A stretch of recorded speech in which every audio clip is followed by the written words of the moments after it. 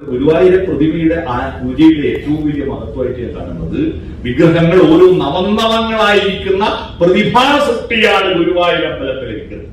കായയും സല്ലാപവും പുതുതായി ഭവാൻ തീർത്ത ചാരുവാം കവിതയും ഹൃദ്യമീ വിരുന്നുണ്ണാൻ. നമ്മുടെ ശരീരം എത്ര ഫ്ലെക്സിബിൾ ആണ്.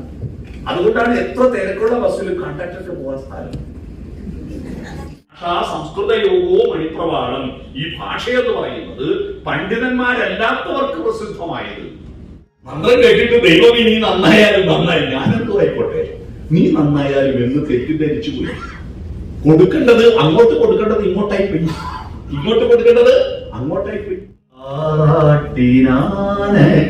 എഴുന്നള്ളി ആഹ്ലാദ സമുദ്രം അല തല്ലി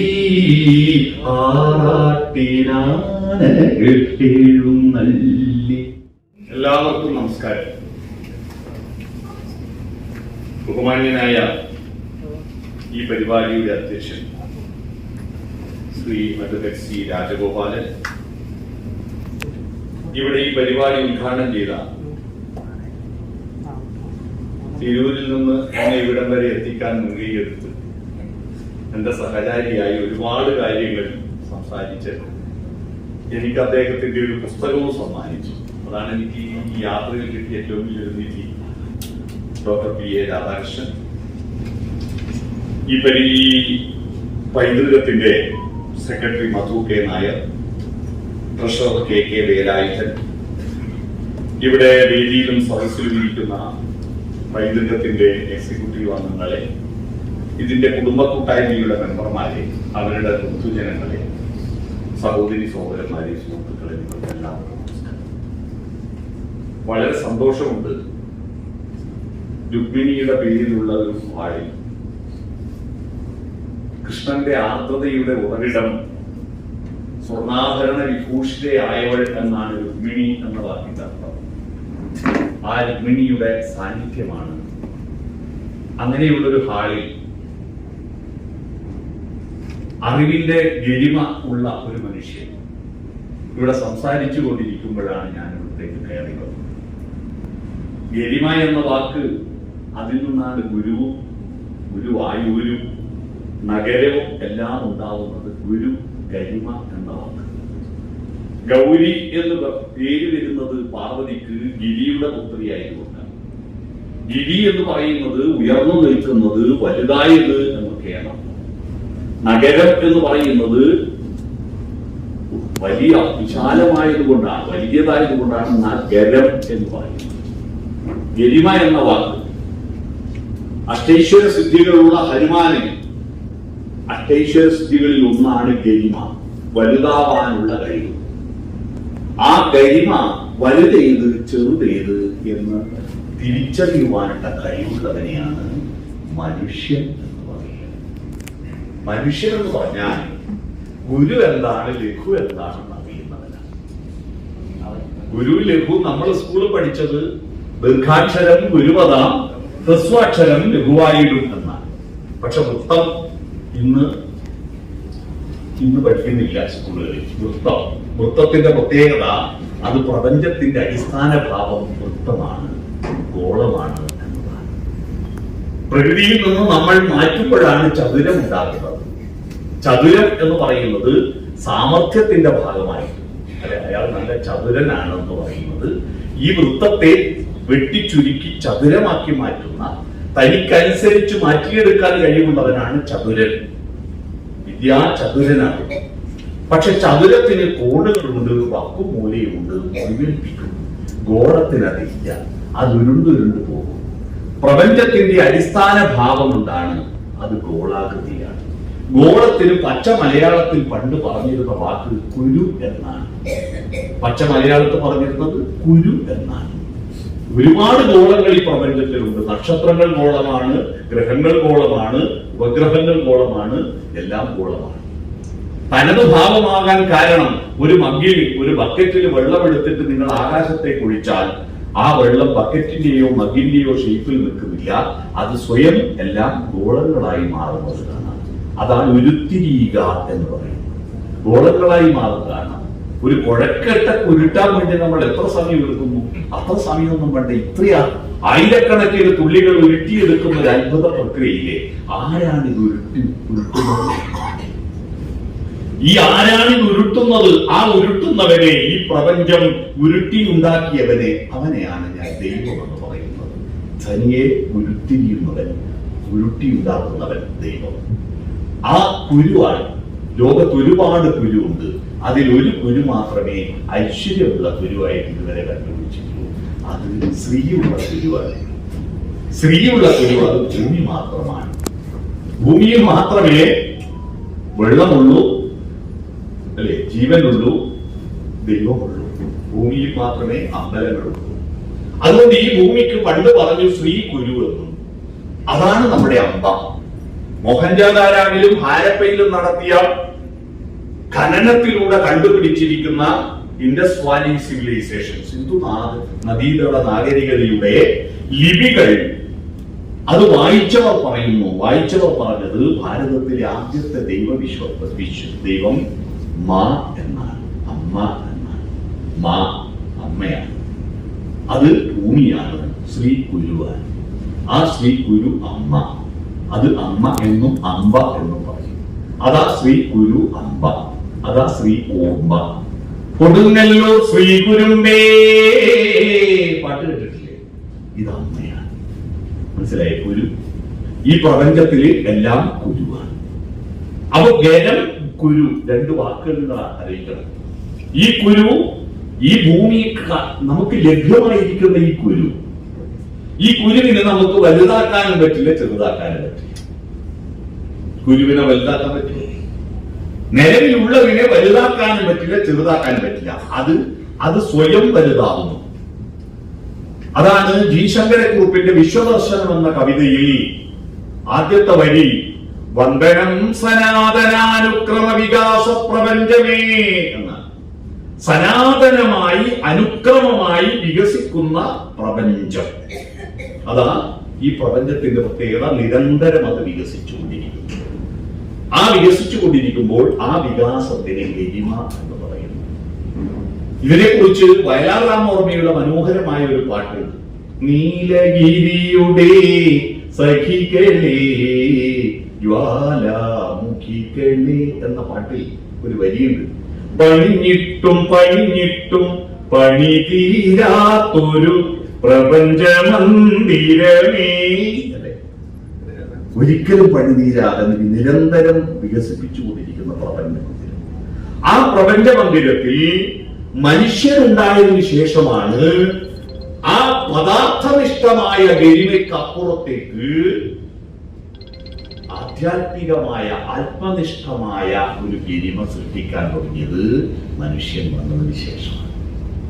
മനുഷ്യനാണ് ഈ പ്രപഞ്ചത്തിന്റെ സത്തിനെ വികസിപ്പിച്ച് ഗരിമയിലേക്ക് കൊണ്ടുവന്നത്.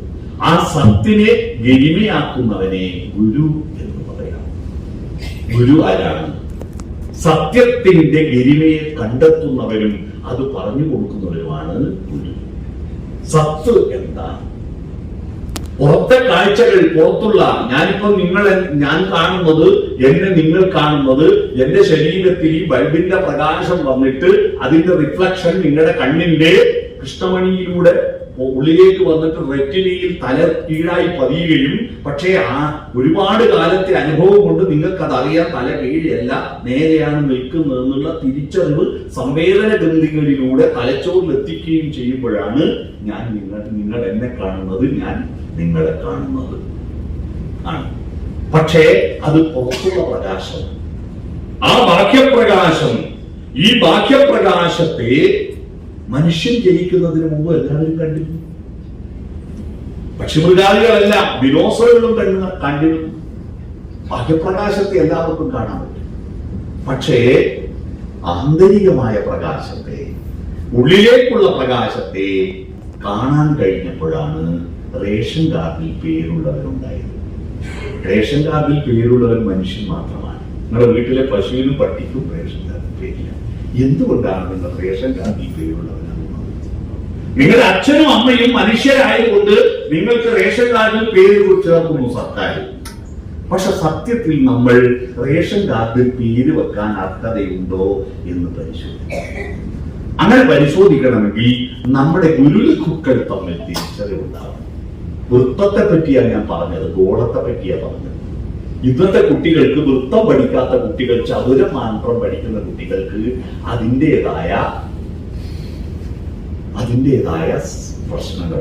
വൃത്തം പഠിക്കുന്നത് കേവലം കവിതയുടെ ഈണങ്ങൾ അറിയാനും ശ്ലോകത്തിന്റെ അർത്ഥം, ആ താളങ്ങൾ അറിയാനും മാത്രമാണ്, ഛന്ദസ് അറിയാനും മാത്രമാണെന്ന് ധരിച്ചുപോയി നമ്മുടെ പാഠപുസ്തകം ഉണ്ടാക്കുന്നത്.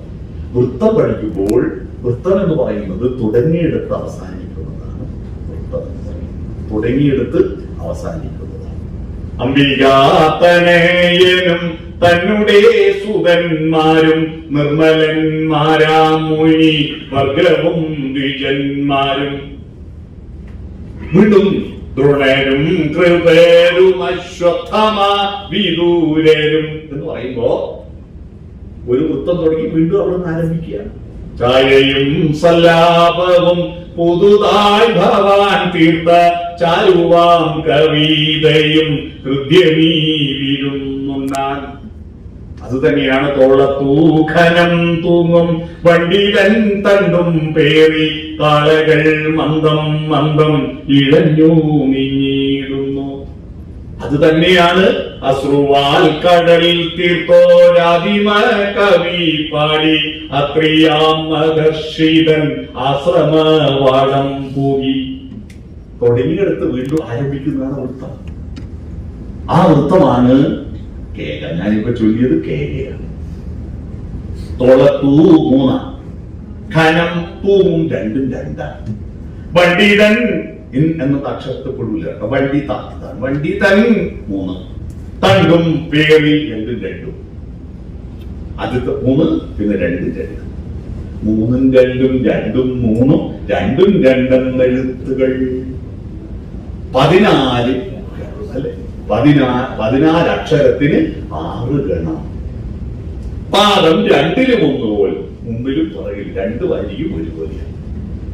ഗുരു ഒന്നെങ്കിലും വേണം, മാറാതെ ഓരോ ഗണത്തെയും. ഒരു ദീർഘാക്ഷരമോ ഒരു ഗുരുവോ വേണം. നടുക്ക് യതി, നടുക്കൊരു പമ്പുണ്ട്, ഒരു നിർത്തുണ്ട്. പാതാരിപ്പൊരുത്തം, 2 പാദങ്ങളിലും ആദ്യത്തെ ഗണം ഒരുപോലെയായിരിക്കണം. ഇതാണ് കേരളം. ഇത് പഠിക്കാനിട്ട് പണ്ഡിറ്റ് ദാമോദരൻ മാഷരെ അടിപേടിച്ചിട്ട് സ്കൂളിൽ പോകാതിരുന്നു. ഇത് പഠിക്കാത്ത പണ്ഡിറ്റ് ദാമോദരൻ മാഷ് മരണപ്പെട്ടു പോയി. പേടിച്ചിട്ട് പോകാതിരുന്നപ്പോ എന്റെ വീട്ടിന്റെ അടുത്ത് ഒരു നല്ല തമാശക്കാരനായ ഒരു ബസ് ക്ലീനറുണ്ട്. ഉണ്ടനാരായണൻ എന്നാണ് ഞങ്ങൾ വിളിക്കുക. നീളം കുറവായതുകൊണ്ട് അങ്ങനെ വിളിക്കുന്നത്. അവൻ പറഞ്ഞു, എന്താണ് സ്കൂൾ പറഞ്ഞ? അവൻ പറഞ്ഞു, കേകേന്റെ ലക്ഷണം പഠിക്കാൻ പറ്റാൻ. അപ്പൊ ഞങ്ങളെ കൂട്ടിക്കൊണ്ടുപോയിട്ട് പോന്ന വഴിക്കുള്ള പുഴയുടെ തീരത്ത് വെച്ചിട്ട് അദ്ദേഹം ഞങ്ങൾക്ക് കേകയുടെ ലക്ഷണത്തിന് പകരം ചക്കയുടെ ലക്ഷണം പാരടി ഉണ്ടാക്കുന്നു. ഗുരു ഒന്നെങ്കിലും വേണം, മാറാതെ ഓരോ പകരം ഗുരു ഒന്നെങ്കിലും വേണം, മാറാതെ ഓരോ ചൊളയിലും നടുക്ക് കുഞ്ഞു വളഞ്ഞിയിൽ ചുവന്ന് വന്നാൽ ചക്കയാണെന്ന് പഠിപ്പിച്ചു. അത് പഠിച്ചപ്പോ ഇത് മനസ്സിലായി. അങ്ങനെയാണ് ഞങ്ങൾ വൃത്തം പഠിക്കാൻ. ആ വൃത്തം പഠിക്കാത്തതിന്റെ ദുരന്തം നമ്മുടെ കുട്ടികൾ അനുഭവിക്കും. അവരുടെ ജീവിതത്തിന്റെ താളം തെറ്റുന്നു. കുടുംബം എന്ന് പറയുന്നത് ഈ വൃത്തമാണ്. തുടങ്ങിയെടുത്ത് അവസാനിക്കുകയും വീണ്ടും തുടങ്ങുകയും. പുനരഭിജനനം പുനരഭിമരണം പുനരഭിജനനീ ജഠരേ ശയനം. ഭജഗോവിന്ദം. തുടങ്ങിയെടുത്ത് അവസാനിക്കുന്ന ഈ വൃത്തം ഉരുണ്ടു പോകുന്ന കുടുംബങ്ങൾ ഉണ്ടാവണം. ഇപ്പോൾ മനുഷ്യന്റെ ഒരു പ്രകൃതി ശ്രദ്ധിച്ചു നോക്കൂ. ചതുരങ്ങളെല്ലാം എല്ലാം ഉരുണ്ടിട്ടാണ് നമ്മൾ വല്ലാത്ത ഉണ്ടായാൽ ഉരുണ്ട് കിടക്കും. കൈയെല്ലാം കാലിന്റെ ഇടയിൽ കൊണ്ട് വെച്ചിട്ട് വല്ലാതെ ചുരുണ്ട് കൂടി കിടക്കും.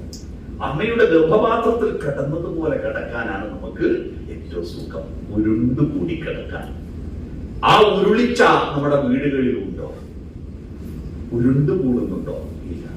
പകരം വാട്ടർ ടൈറ്റ് കമ്പാർട്ട്മെന്റുകളായിട്ട് നമ്മുടെ ബന്ധങ്ങൾ മാറിക്കൊണ്ടിരിക്കുകയാണ്. നമ്മുടെ ശരീരം എത്ര ഫ്ലെക്സിബിൾ ആണ്. അതുകൊണ്ടാണ് എത്ര തിരക്കുള്ള ബസ്സിൽ കണ്ടക്ടർക്ക് പോകാൻ സ്ഥലം.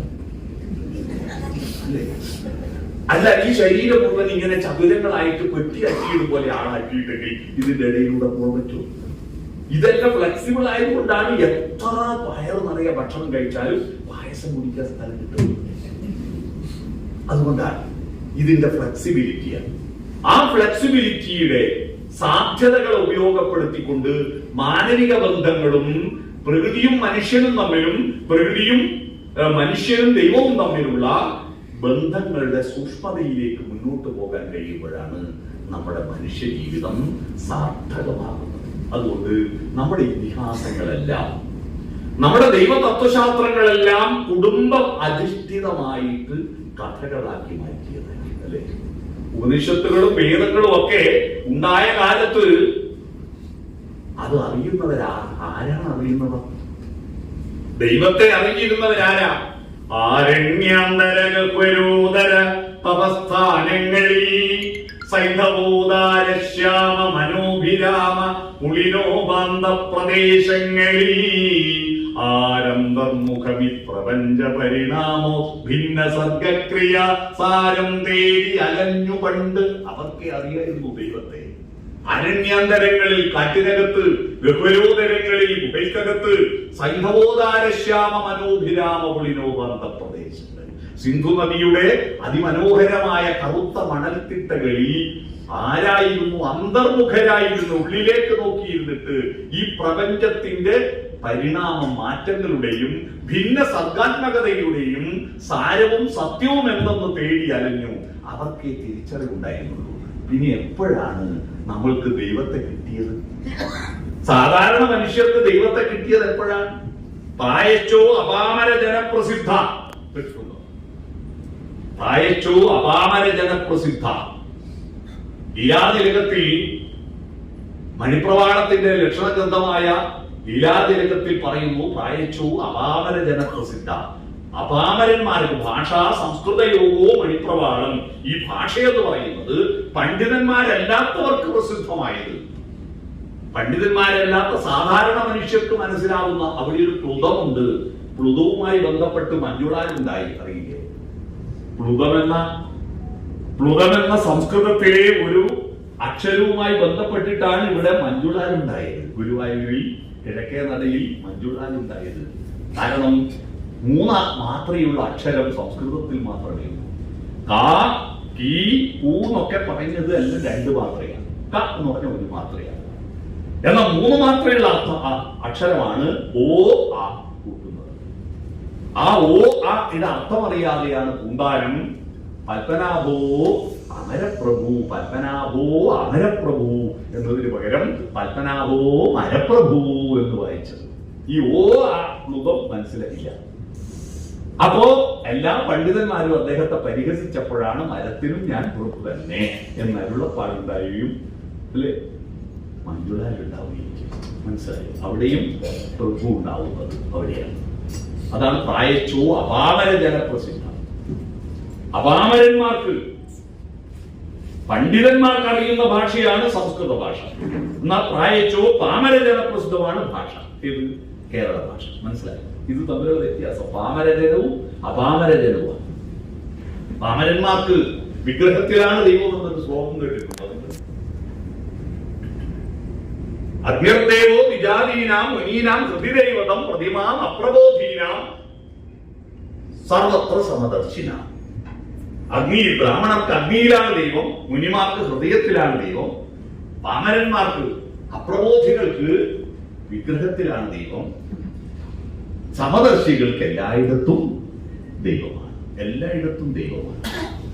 ഈ 4 തരത്തിലുള്ള ദൈവവിശ്വാസമുണ്ട് നമുക്ക്. അവസാനം എത്തുന്നത് സർവദർശികൾ, ഈശാവാസ ഉപനിഷത്തിലേക്കാണ് നമ്മൾ എത്തുന്നത്. ഞാൻ പറഞ്ഞു, ഈശാവാസ ഉപനിഷത്തുകളാവട്ടെ, വേദങ്ങളാവട്ടെ, ഇതൊക്കെ അറിയുന്നവർ പരിമിതമായിരുന്നു. ഈ ദൈവത്തെ നമ്മുടെ ജീവിതത്തിലേക്ക് കണക്ട് ചെയ്യുവാൻ വേണ്ടി നമ്മുടെ കുടുംബത്തിൽ, ധാർമ്മികതയിൽ ദൈവത്തെ കണക്ട് ചെയ്തപ്പോഴാണ് നമ്മളുടെ ദൈവവിശ്വാസം കൃഷ്ണനും രാമനും ഒക്കെയായി മാറിയത്. അതിനു മുമ്പ് നമ്മുടെ ദൈവം, ആദ്യത്തെ ദൈവം സൂര്യനായിരുന്നു. ആദ്യത്തെ ദൈവം സൂര്യനായിരുന്നു. ആദ്യത്തെ പ്രാർത്ഥന, വേദങ്ങളുടെ മൂലമന്ത്രം സൂര്യനെയായിരുന്നു പ്രാർത്ഥിച്ചത്. ഇപ്പോഴും വിളക്ക് വെക്കുമ്പോ കിഴക്കേതാൻ നോക്കുന്നത് എന്തിനാ? ഉദിച്ചു വരുന്ന അഗ്രേ പശ്യാമി തേജോ കലയിത രൂപം, കിഴക്ക് നിന്ന് ഉദിച്ചു വരുന്ന സൂര്യനാണ് നമ്മുടെ ദൈവം. രാമൻ പ്രാർത്ഥിച്ച ദൈവവും സൂര്യനാണ്. ഗായത്രി മന്ത്രം എന്താണ്?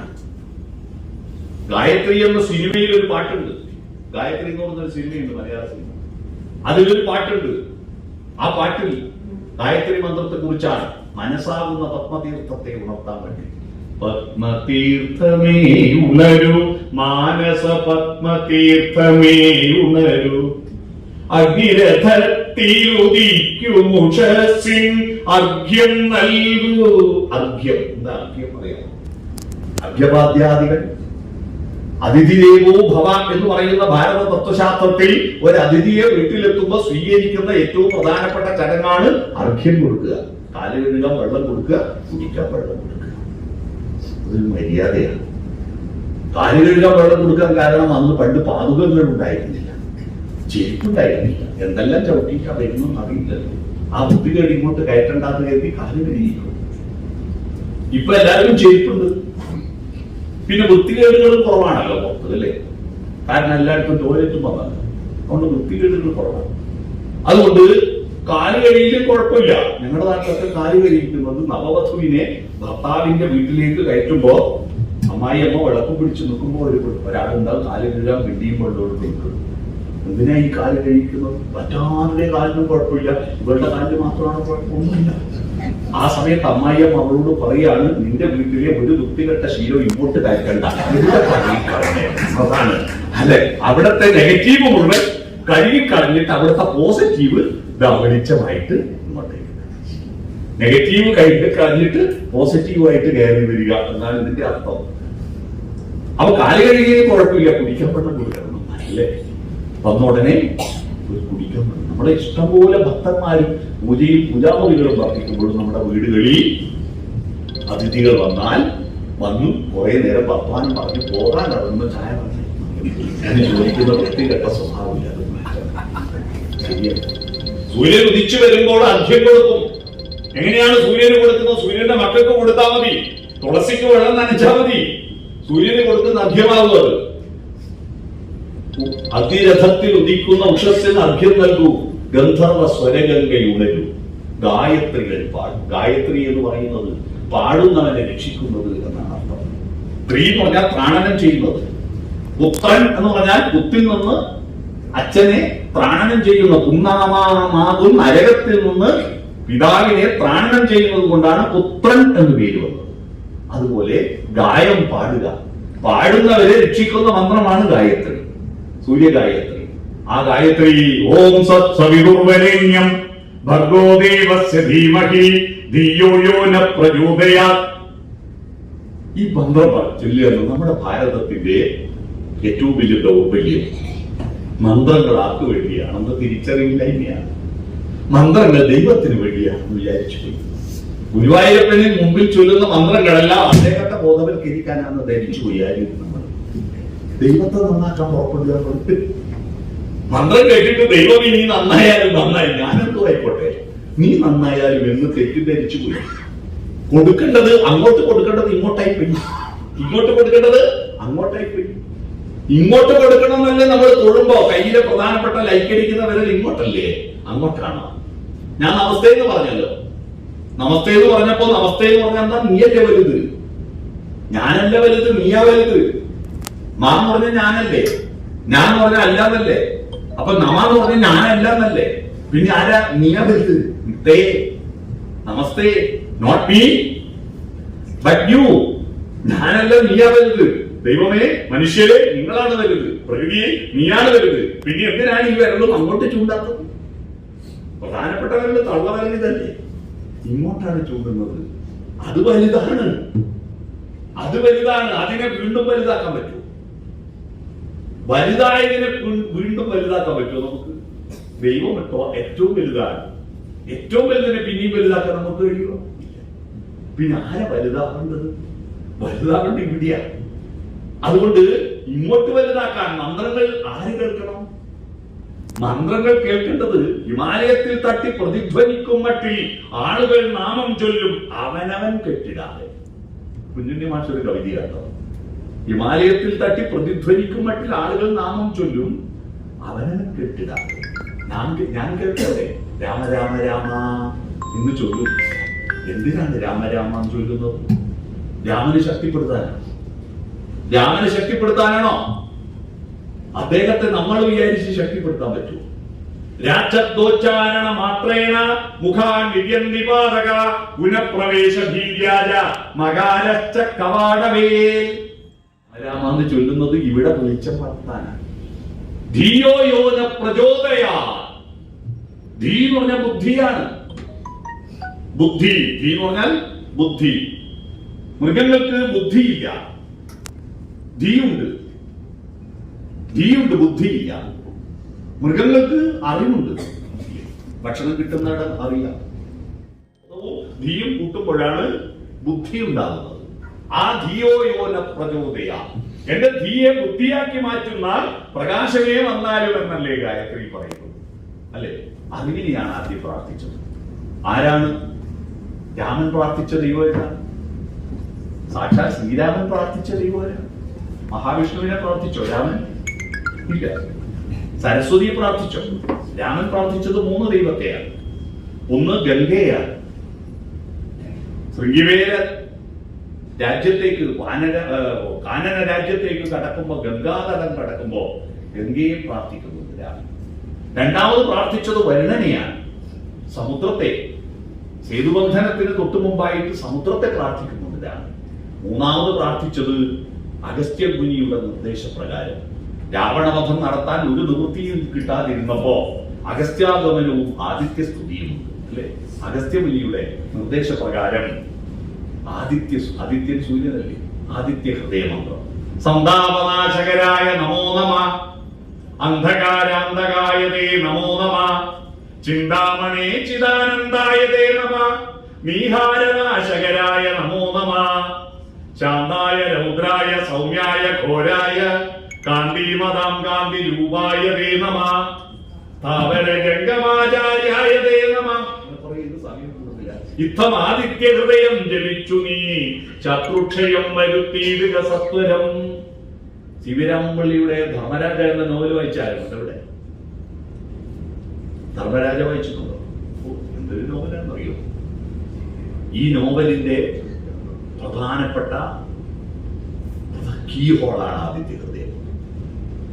കേശവൻ എന്ന് പറയുന്ന ദരിദ്രബാലൻ അടുക്കള പണി എടുക്കുന്നതൊക്കെയെന്ന് ആ അടുക്കളയിലുള്ള അടക്കി ഭരിക്കുന്ന ഭർത്താവിനെ അടക്കി ഭരിക്കുന്ന ഒരു സ്ത്രീ അരത്തമപ്പുള്ള തങ്കച്ചി ഇവന്റെ തലയിൽ തവി കൊണ്ട് അടിക്കുക.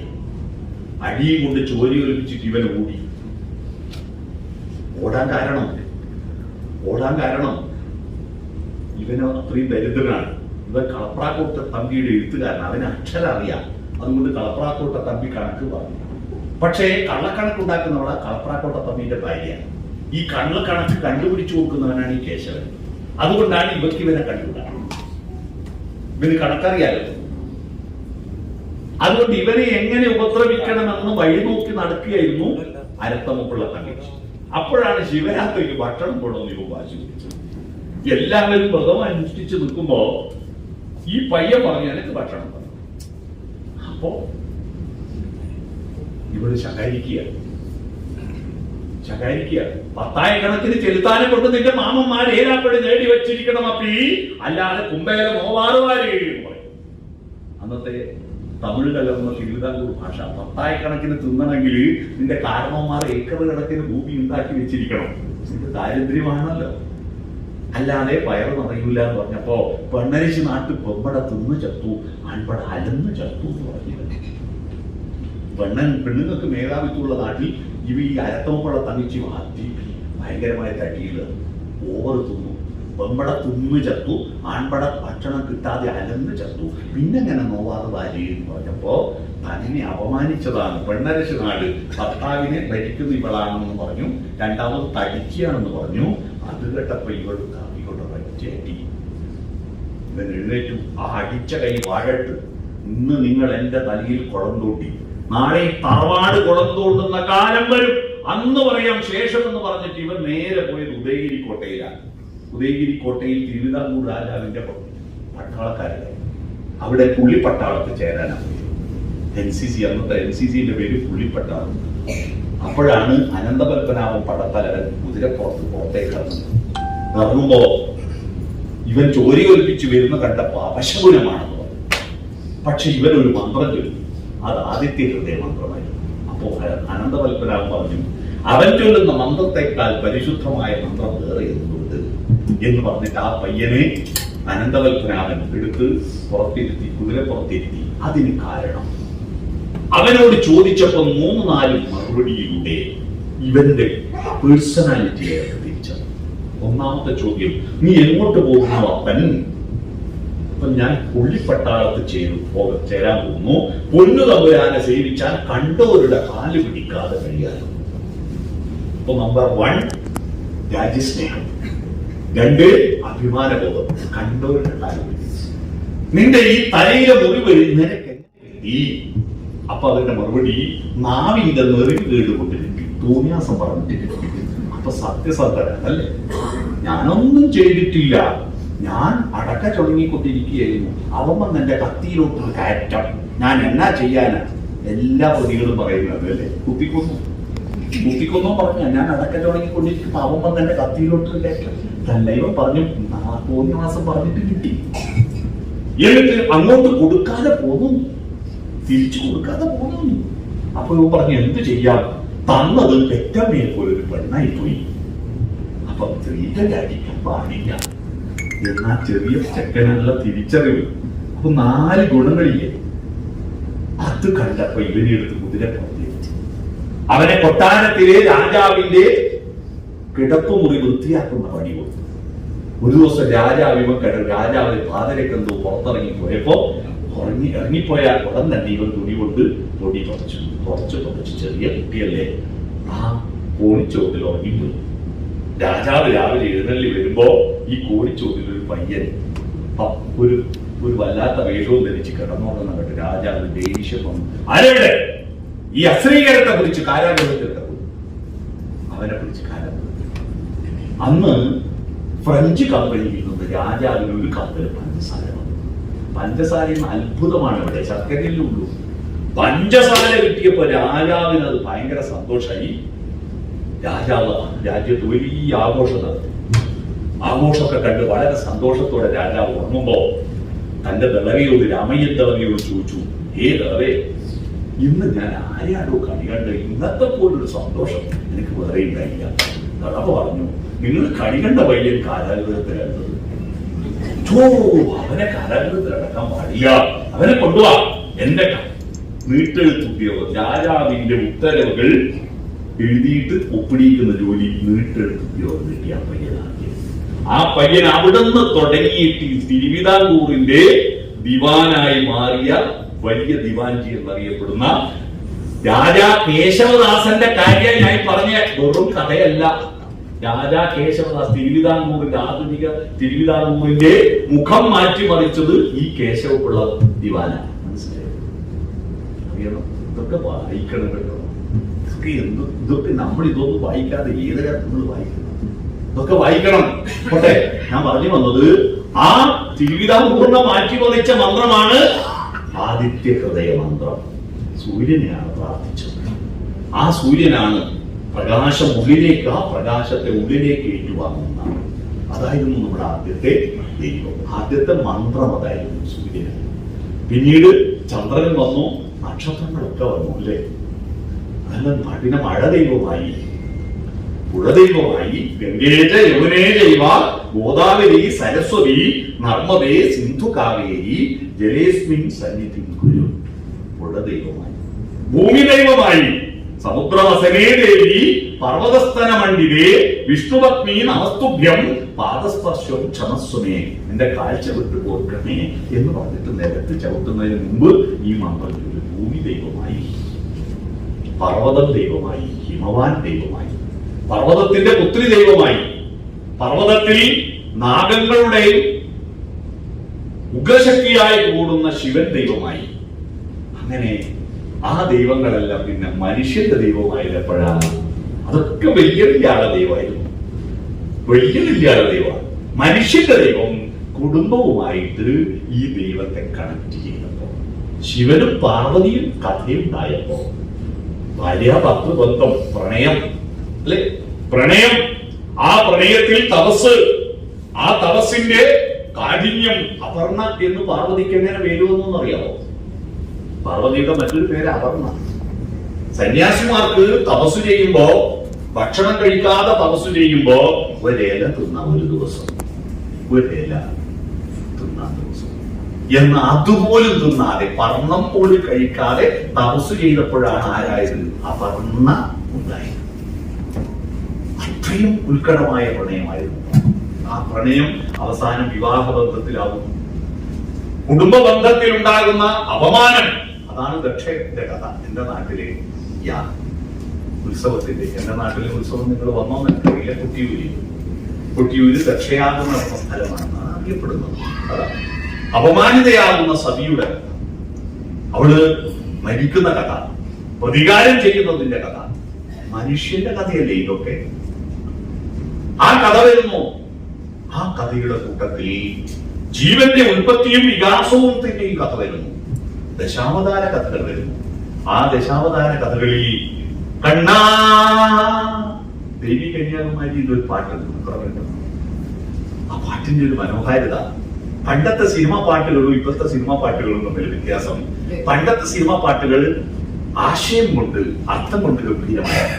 പക്ഷെ രംഗങ്ങൾ വളരെ അവധാനം, രംഗങ്ങൾ വളരെ ഒരു ഗുണമാണ്. ഇന്നത്തെ സിനിമാ പാട്ടുകൾ രംഗങ്ങൾ പറയും, പക്ഷെ ആശയവും ഉണ്ട്.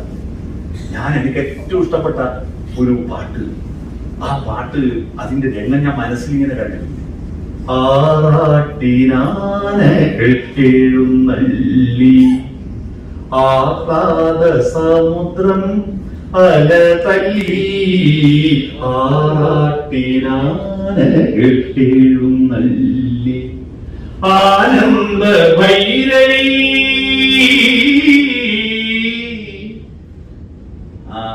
നാദസ്വരത്തിന്റെ അതിമനോഹരമായിട്ടുള്ള ദക്ഷിണാമൂർത്തി സ്വാമിയുടെ ആവിഷ്കാരമാണ് ആ പാട്ട്.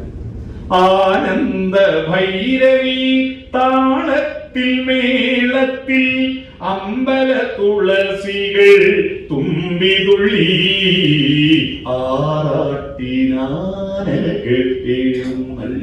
നമ്മുടെ മനസ്സിൽ ഭയങ്കര സങ്കല്പ. ഞാനത് സിനിമേന്റെ രംഗെടുത്ത് നോക്കുമ്പോ മധു ജയഭാരതി കൈ പിടിച്ച് ഒരു ആനയുമില്ല, ആറാട്ടില്ല, അമ്പലമില്ല. ഞാൻ ആകെ നിരാശനായി. എന്ന പണ്ടത്തെ സിനിമകളിൽ ഞാൻ കണ്ടാലും മതിയാവാത്ത ഒരു രംഗാണ് ഈ പാട്ട്. ദേവി കന്യാകുമാരി പാട്ടുകളിൽ എന്റെ രസമുള്ള സാധനങ്ങൾ എന്ത് കേട്ടാ, ഇതിനൊന്നും അർത്ഥം അറിയാതെ വെറുതെ അങ്ങ് തള്ളിക്കളയാണ്. നിങ്ങളറിയുമോ, കേരളത്തിൽ കഴിഞ്ഞ 10 കൊല്ലമായി നടക്കുന്ന ഒരു പാട്ടിന്റെ ഭീകരത നമ്മുടെ സാമൂഹ്യ കുടുംബ ബന്ധങ്ങളിൽ നെഗറ്റീവായി മാറിക്കൊണ്ടിരിക്കുക. ഞാനെന്ന് അതിനെ കുറ്റപ്പെടുത്തി പറഞ്ഞപ്പോ ആളുകൾ, പുതിയ തലമുറ മുഴുവൻ എന്നെ ശകാരിച്ചു. ഇപ്പൊ അടുത്ത ആവേശ സിനിമയിൽ ഒരു പാട്ടിറങ്ങിയതിന് ഞാൻ ശകാരിച്ചിട്ട് എന്റെ ഒരു പ്രസംഗം വൈറലായപ്പോ ഏഷ്യാനെറ്റുകാർ വന്നു എന്നോട്, എന്താ നിങ്ങൾ ആ പാട്ടിനെ എതിർക്കാൻ കാരണം? ഞാൻ കൃത്യമായി പറഞ്ഞു കൊടുത്തു ഏഷ്യാനെറ്റുകാരോട്. പിറ്റേന്ന് അവര് ഒരു ഗുണം കാണിച്ചു. എന്റെ പ്രസംഗം മുഴുവൻ ഏഷ്യാനെറ്റ് കൊടുത്തു, ആ എന്റെ അഭിമുഖവും ഏഷ്യാനെറ്റ് കൊടുത്തു. പിറ്റേന്ന് രാവിലത്തെ വാർത്തയും. അപ്പൊ അതിനെപ്പറ്റി ഞാൻ പിന്നെ പറയാം. പക്ഷെ ഇപ്പൊ നമ്മുടെ കുടുംബത്തിൽ ഉള്ള ഈ വിവാഹം എന്ന് പറയുന്ന അത്ഭുതകരമായ മനുഷ്യ ജീവിതത്തിന്റെ അടിത്തറയ, കുടുംബ ബന്ധത്തിന്റെ അടിത്തറയെന്ന വിവാഹം എന്ന് പറഞ്ഞാൽ, പ്രകൃതി നമ്മളെ സൃഷ്ടിച്ചിരിക്കുന്നത് കവിത എഴുതാനും പ്രാർത്ഥിക്കാനും അമ്പലം ഉണ്ടാക്കാനും അല്ല. ഞാൻ കഴിഞ്ഞ ആഴ്ച കൽക്കത്തയിലായിരുന്നു. കൽക്കത്തയിൽ ചെന്ന് നോക്കിയപ്പോ, ഞാൻ ആ സ്ഥലമൊന്നും അറിയില്ല, എനിക്കൊരു ഫോൺ കോൾ. ഇത് ഗുരുവായൂരുന്നാ വിളിക്കുന്നത്. അങ്ങനത്തെ ഗുരുവായൂരുണ്ടായിരുന്നു. അല്ല, ഇത് കൽക്കത്തയിലെ ഗുരുവായൂരുന്ന. കൽക്കത്തയിൽ ആ മുടിയുടെ അമ്പലമുണ്ട്. നിങ്ങൾ ഇവിടം വരെ വന്നിട്ട് ഞങ്ങളുടെ അടുത്ത് വരാതെ പോവുകയാണോ? ഞാൻ ഇത് കാലിക്കട്ടിൽ ഞാൻ രാവിലെ പോയിരുന്നു. കാലിക്കട്ടിൽ ഗുരുവായൂരെല്ലാം ഇവിടെയെല്ലാം നമ്മള് മഹത്വം ആടെയുള്ള ജനങ്ങളെ ബോധ്യപ്പെടുത്താൻ കേട്ടോ. ഇത്രയും വൃത്തികെട്ട ഒരു സ്ഥലം കാലിക്കട്ട് പോലത്തെ വേറെ സ്ഥലമില്ല. അയ്യോ ആകെ മുറുക്കി തുപ്പി ആകെ വല്ലാതെ വളരെ വൃത്തി കിട്ടും. മാത്രമല്ല അവിടെ ചൂഷണം എന്ന് പറഞ്ഞാൽ ഭയങ്കര പിടിച്ചു പറയാണ്. മുമ്പ് വേഗം തൊഴിക്ക് 100 റുപ്യ തന്നാൽ മതി എന്ന് പറഞ്ഞിട്ട് ഒരാൾ വരും. പിന്നെ ഓന്റെ കഴിഞ്ഞാൽ പിന്നെ തീർന്നുള്ള കാര്യം. ഓൻ കൂട്ടിക്കൊണ്ടിട്ട് അവിടുന്ന് മാല വാങ്ങി ഇവിടുന്ന് മാല വാങ്ങി അവസാനം എല്ലാം കഴിഞ്ഞിട്ട് അവസാനം പറഞ്ഞ് പൂജാരി 500 കൊടുത്തു, മാലയ്ക്ക് 200, അവസാനം 2000 റുപ്യ കൊടുത്തു. 2000 റുപ്യ തന്നിട്ടില്ലേ ബർക്കറായി. നമ്മൾ ആദ്യം പറയുന്നത് 100. അത് ഈ മത്സ്യത്തിനെ കോർക്കുന്ന മറ്റേ എരയുണ്ടല്ലോ, അതായി 100 റുപ്യ. 2000ന്റെ എരയാണ് 100 പിന്നെ മനസ്സിലായി. അത്രയും ആ കാളി കെട്ടുന്ന കുറെ ദൂരെ പോയി ബേലൂർ മഠത്തിൽ, വിവേകാനന്ദന്റെ ബേലൂർ മഠത്തിൽ ഞാൻ നിൽക്കുമ്പോഴാണ് ഗുരുവായൂർ പറഞ്ഞ. അപ്പൊ കാളികെട്ടിന്റെ അടുത്ത് ഞാൻ പറഞ്ഞു വീണ്ടും തിരിച്ചു. അവിടെ ചെന്ന് നോക്കുമ്പോ ഗുരുവായൂർ അമ്പലത്തിന്റെ അതേ മോഡലിൽ, ഇത്ര വലുപ്പമില്ലെങ്കിൽ അതേ മോഡലിൽ ക്ഷേത്രം ശ്രീകോവിൽ പണിതു, ചുറ്റമ്പലം പണിതുകൊണ്ടിരിക്കുന്നു. ഗംഭീരമാണ് കേട്ടോ. അത്രയാ കാശ് ചെലവായിരുന്നല്ലോ. 30 കോടി രൂപയുടെ അമ്പലമാണ് പണിയുന്നത്. മലയാളികൾ എത്രയാ കൊടുത്തതെന്നറിയോ? അതിന് 3 ലക്ഷം. ബാക്കിയെല്ലാം മറ്റുള്ളവര് കൊടുക്കുക കേട്ടോ. ബാക്കിയെല്ലാം മറ്റുള്ളവര് കൊടുക്കുക. അവർക്ക് ഗുരുവായൂർ എന്ന് പറഞ്ഞപ്പോൾ ഒരു അത്ഭുതമായിട്ട് തോന്നുക. കാരണം അവർക്ക് ഏറ്റവും അത്ഭുതം എന്താണെങ്കിലും നമുക്ക് മലയാളികൾക്ക് അതിന്റെ മൂല്യം മനസ്സിലായിട്ടില്ല. ഉത്തരേന്ത്യയിലെല്ലാം ഉള്ള വിഗ്രഹങ്ങളുടെ എല്ലാം പ്രത്യേകത ഒരുക്കി ഉണ്ടാക്കിയ വിഗ്രഹം എല്ലാ കാലത്തും അത് തന്നെ വിഗ്രഹം. എന്നാൽ ഗുരുവായൂർ അവിടുത്തെ വിഗ്രഹം പാകച്ചാർത്തും മറ്റൊക്കെ കണ്ടിട്ട് ഓരോ ദിവസവും ഓരോ നേരത്തും ഓരോ മോഡലിലാണ്. അതൊരു അത്ഭുതമാണ്. സർഗാത്മകമായ വിഗ്രഹം കണ്ടിട്ടാണ് അവർ കാശ് കൊണ്ട് കൊടുക്കുന്നത്. അതാണ് നമ്മുടെ ഗുരുവായൂരെ പ്രതിമയുടെ ആ പൂജയുടെ ഏറ്റവും വലിയ മഹത്വമായിട്ട് ഞാൻ കാണുന്നത്. വിഗ്രഹങ്ങൾ ഓരോ നവന്നവങ്ങളായിരിക്കുന്ന പ്രതിഭാ സൃഷ്ടിയാണ് ഗുരുവായൂർ അമ്പലത്തിലെ വിഗ്രഹം. നവന്നവങ്ങളാണ്, പഴയതല്ല. ഇന്നലത്തെ ദൈവത്തെ അല്ല നമ്മൾ ഇന്ന് കാണുന്നത്, ആണോ? അത് സൃഷ്ടിക്കുന്നവരുടെ കരവിരുതോട് കൂടിയിട്ട് പുതിയ ദൈവത്തെ പുതിയതാണ്, പുതിയ ദൈവമാണ്, പഴയ ദൈവമല്ല. കണ്ണൂർ ജില്ലയിലുണ്ട് ഒരു പുതിയ ഭഗവതി ക്ഷേത്രം, വ്യാപകമാണ്. പുതിയ ഭഗവതി എന്ന് പറയുന്നത് ഈ മുച്ചിലോട്ട് ഭഗവതിയിൽ നിന്നും ആ മാറിയിട്ട് ആ സമുദായക്കാര് അതിൽ നിന്നുണ്ടായിരുന്ന ഒരു വേർതിരിവിലൂടെ പുതിയ ഭഗവതിയെ പ്രതിഷ്ഠിച്ചു. അങ്ങനെ എല്ലായിടത്തും പുതിയ ഭഗവതിയാണ്. അതുപോലെ ഗുരുവായൂർ കൃഷ്ണൻ പുതിയ ദൈവമാണ്. ഇന്നലത്തെ ദൈവം ഒരിക്കലും നമ്മൾ കാണാൻ പറ്റില്ല. ഇന്നലത്തെ ദൈവമല്ല ഇന്നത്തെ ദൈവം. അതുകൊണ്ടാണ് ഗുരുവായൂർ വന്നവരെല്ലാം വീട്ടിൽ വരുന്നത് പഴയതിനെ അല്ല കാണുന്നത്, ഇന്ന് വന്നാലും പുതിയതിനെ കാണാലോ എന്നുള്ളത് കൊണ്ടാണ്. അപ്പോ അങ്ങനെ അതുകൊണ്ടാണ് അവർ അത്ഭുതത്തോടു കൂടി അത് കാണുന്നത്. അപ്പൊ ഞാൻ പറഞ്ഞു വന്നത് ഈ ദൈവസങ്കല്പങ്ങൾ പല രൂപത്തിൽ നമ്മുടെ മുന്നിൽ മത്സ്യാവതാരമായിട്ടും, അല്ലെ? ജീവൻ ഉണ്ടായത് വെള്ളത്തിലാണല്ലോ ജീവൻ ഉണ്ടായത്. അതാണ് മത്സ്യം. പിന്നെ കരയിലും വെള്ളത്തിലുള്ള ജീവിയായി കൂർമ്മം, അല്ലെ? കരയിലും വെള്ളത്തിലുള്ള ജീവി. പിന്നെ കാട്ടിലെ മൃഗങ്ങളുടെ പ്രതീതിയായിട്ട് വരാഹം, പന്നിയുണ്ടായി. പിന്നെ മുഖം കണ്ടാൽ സിംഹമാണ്, ഉടല് കണ്ടാൽ മരത്തിന്റെ മേലേക്ക് കയറി. അതുവരെ എക്സ് ആക്സിസ് ഉണ്ടായിരുന്നു, വൈ ആക്സിസ് ആരംഭിച്ചു. പന്നിക്ക് എക്സ് ആക്സിസ്, ഭൂമിക്ക് ഹൊറിസോണ്ടൽ ആയിട്ടല്ലേ, വെർട്ടിക്കൽ ഹൊറിസോണ്ടൽ ഉണ്ടല്ലോ, അതാണല്ലോ വൈ ആക്സിസും എക്സ് ആക്സിസും. മരത്തിന്റെ മേലെ കയറുന്ന ജീവിയുടെ സിംഹം. അതിനുശേഷമാണ് മനുഷ്യൻ പ്രകൃതിയിലേക്കുള്ള ഇടപെടലിൽ പ്രകൃതിയിലുള്ള മാറ്റം വരുത്താൻ ആരംഭിക്കുന്നത്. ആദ്യം മനുഷ്യൻ ഉണ്ടാക്കിയ ഉപകരണം മഴ കൊള്ളാതെ വെയില് കൊള്ളാതെ സഞ്ചരിക്കുന്ന വീടാണ്. മഴ കൊള്ളാതെ വെയില് കൊള്ളാതെ സഞ്ചരിക്കുന്ന വീടാണ് ഓലക്കുട. ആ ഓലക്കുടയിൽ എന്തിയിരിക്കുന്ന വാമനൻ, അല്ലെ? ആ വാമനന്റെ കാലഘട്ടത്തോടു കൂടിയാണ് അളവ് തൂക്കങ്ങളും എണ്ണങ്ങളും തുടങ്ങിയത്. 7 ഇലകൾ ഒരു ഞെട്ടിലുള്ള പാലയുടെ 7 ഇല എത്തു മനുഷ്യനുണ്ടായതിനു ശേഷം എഴുതിയത്. അതിനു മുമ്പ് ആരെങ്കിലും 7 ഇലം പാല പൂത്തു പൂമരങ്ങൾ കുടനിവത്തു വെള്ളിമലയിൽ എന്ന് പാടാൻ ആരും ഉണ്ടായിരുന്നില്ല. നമ്മൾ വന്നേരാ എണ്ണം തുടങ്ങിയത്, അല്ലെ? മനുഷ്യൻ വരുന്നതിന് മുമ്പ് 10 തലയുണ്ടെന്ന്, രാവണന് 10 തലയുണ്ടെന്ന് എണ്ണാൻ ആരും ഉണ്ടായിരുന്നില്ല. എനിക്കിപ്പോ കൺഫ്യൂഷൻ തീരാത്തൊരു വിഷയം. ഈ 10 തലയിൽ ഒറിജിനൽ ഒരു തല നൽകി, ബാക്കി 9 അല്ലേ ഉണ്ടാവും. അപ്പൊ ഏത് ഭാഗത്താ 4, ഏത് ഭാഗത്താ 5? അതാണ് എന്റെ കൺഫ്യൂഷൻ. 4 ഒരു ഭാഗത്തും 5 ഒരു ഭാഗത്തും ആയിരിക്കും. അപ്പൊ അഞ്ചുള്ള ഭാഗത്തെ തല കുറച്ച് കൂക്കം കൂടുമ്പോ താഴോട്ട് ചെരിയുമല്ലോ, സ്വാഭാവികമായി ബോംബെ ഡൈനിന്റെ തുലാശ് പോലെ തിരിച്ചെരിഞ്ഞിട്ടാണ് അല്ലേ. അതെ. അപ്പൊ ഞാൻ പറഞ്ഞു വന്നത് എണ്ണാൻ തുടങ്ങി 3 അടി അല്ലെ, 3ന്റെ എണ്ണം തുടങ്ങുന്ന 3 അടി അളന്നു. ആര്? വാമനൻ 3 അടി അളന്നു. വാമനൻ കഴിയുമ്പോഴേക്കാണ് ശിലായുഗത്തിൽ നിന്ന് ലോഹയുഗത്തിലേക്കായത്. ഈ കേരളം എങ്ങനെയാണ് ഉണ്ടായത്, പരശുരാമൻ ഉണ്ടാക്കിയെന്ന് പറയുന്നത് അതിന്റെ പുറകിൽ ചരിത്രപരമായ ഘടകം എന്താണ്? ഈ കേരളത്തിന്റെ ഒരു മഹത്വം 6 മാസം മഴയോ 6 മാസം വെയിലുമാണ്. മഴയുള്ള കാലത്തും മഴയെന്ന് നിൽക്കുമ്പോ നല്ല വെയിലാണ്. ഇതിന്റെ ഏറ്റവും കൂടുതൽ സാധ്യത എന്താ? സസ്യലതാദികൾക്ക് ഏറ്റവും കൂടുതൽ വേണ്ട 2 സാധനം സുലഭമാണ് ഈ കേരളത്തിൽ. 1 വെള്ളം, 2 വെയിൽ. അതുകൊണ്ട് കേരളം മൊത്തത്തിൽ ഒരു തിക്ക് ഫോറസ്റ്റ് ആയിരുന്നു, വലിയ കാടായിരുന്നു. ആ കാടും തണുപ്പും, അനന്തകോടി ജീവജാലങ്ങൾ, ഇഴജന്തുക്കൾ, പാമ്പുകളുടെ കടിയേരുന്നു വിടലേ. അതാണ് സർപ്പാധിവാസത്തിൽ യോഗ്യമാരിപ്പാലിടം പണ്ട് പെരുത്തുകാലം മുൽപ്പാട് വള്ളിച്ചരിമാമരങ്ങൾ നെൽപ്പായി നെടുങ്കാട് പിടിച്ചിരുന്നു.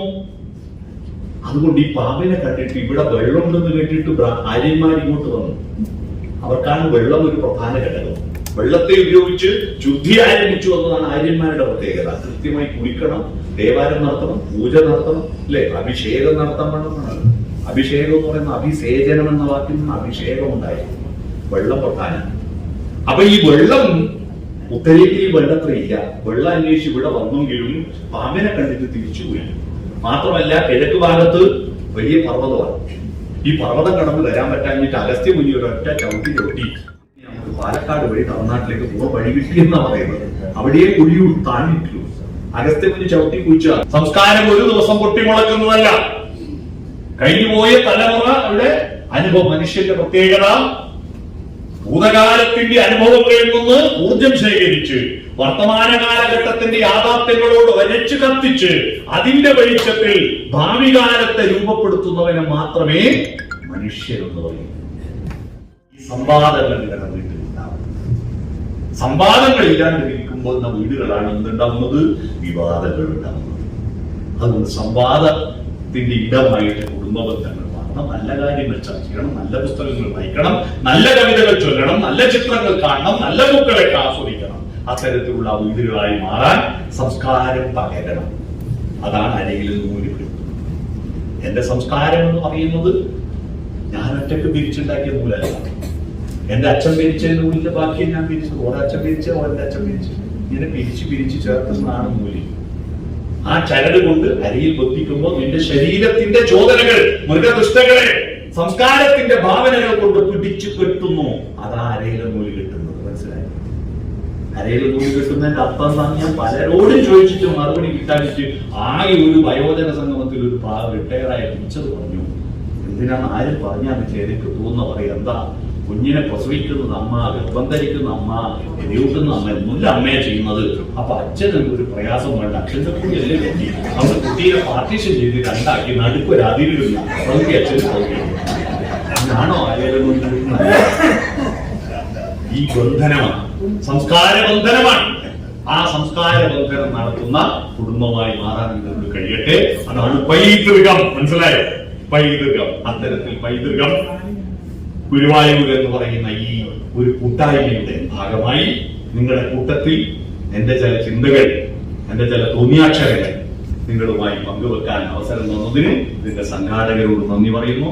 എന്നെ കൂട്ടിക്കൊണ്ടുവന്നതിന് ഉദ്ഘാടകൻ ഡോക്ടർ രാധാകൃഷ്ണൻ നന്ദി പറയുന്നു. ഇത്രനേരം ഈ പ്രായത്തിൽ സാധാരണ ഈ പലരും ഒരുപാട് പ്രായമുള്ളവരുണ്ട്, അവർക്ക് ഈ കസേരയിൽ അധികം നേരം ഇരിക്കാറില്ല അല്ലെ. എന്നിട്ടും 1.5 മണിക്കൂർ നേരം അടങ്ങിയിരുന്നു കേട്ടതിന് നിങ്ങൾക്ക് എല്ലാവർക്കും നന്ദി പറഞ്ഞുകൊണ്ട്